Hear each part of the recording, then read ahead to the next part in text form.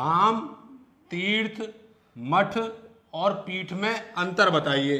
या फिर ऐसा कहें कि धाम किसे कहते हैं, तीर्थ किसे कहते हैं, मठ किसे कहते हैं और पीठ किसे कहते हैं। ठीक है, अगर आपने बता दिया तो आज आपको मिलेगा 500 रुपये का इनाम।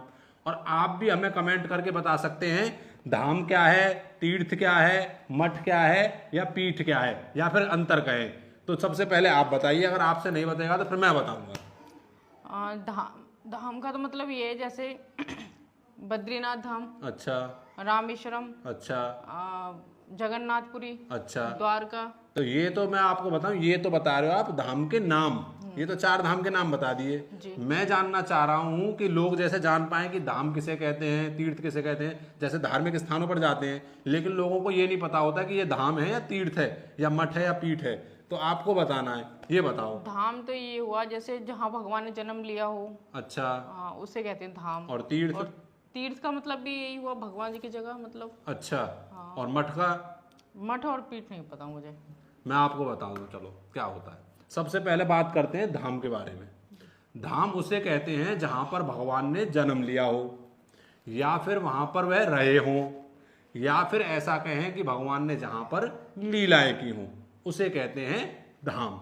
जैसे कि हमारा वृंदावन धाम, अयोध्या धाम। अयोध्या में क्या हुआ, भगवान राम का जन्म हुआ, वहां पर रहे भी, तो धाम तो समझ में आ गया होगा। ठीक है, अब बात करते हैं तीर्थ की।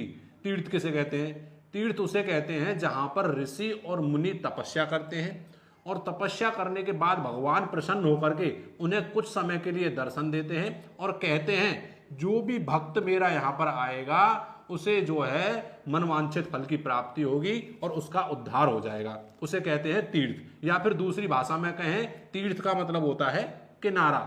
जो किनारे पर बसे हुए हैं, जैसे किनारे पर क्या है, जैसे कि हमारे जो नदियां हैं, जो गंगा हैं, जैसे गंगा के किनारे जैसे आप देखते हैं प्रयागराज है, क्या है, गंगा यमुना सरस्वती के किनारे पर बसा हुआ है। ठीक है, काशी है आपका, हरिद्वार है आपका, ऋषिकेश है आपका, तो ये क्या हो गए, तीर्थ हो गए। ठीक है, अब बात कर लेते हैं मठ की।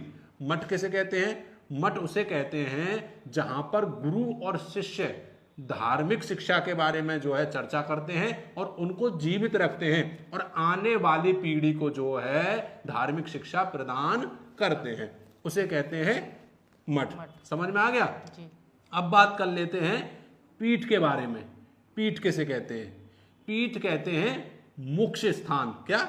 मुख्य स्थान। जैसे कि आपका विद्यापीठ, विद्या क्या हो गया, आपका जो है शिक्षा का केंद्र हो गया, उसे कहेंगे पीठ। या फिर जैसे आपका शक्तिपीठ, शक्तिपीठ क्या हो गए, आप जानते होंगे, जहां पर हमारी देवी माताएं हैं उनका जो है वहां पर स्थान, उसे कहते हैं पीठ।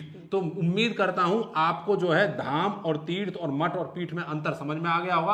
अगर आप भी जो है सूक्ष्म रूप में हमें बता सकते हैं तो कमेंट में बता सकते हैं। निवेदन है इस वीडियो को शेयर अवश्य करें ताकि लोग जो है इनके बारे में जानकारी ले सकें। यहीं पर वीडियो को विराम देते हैं। सभी को जय श्री कृष्णा, राधे राधे।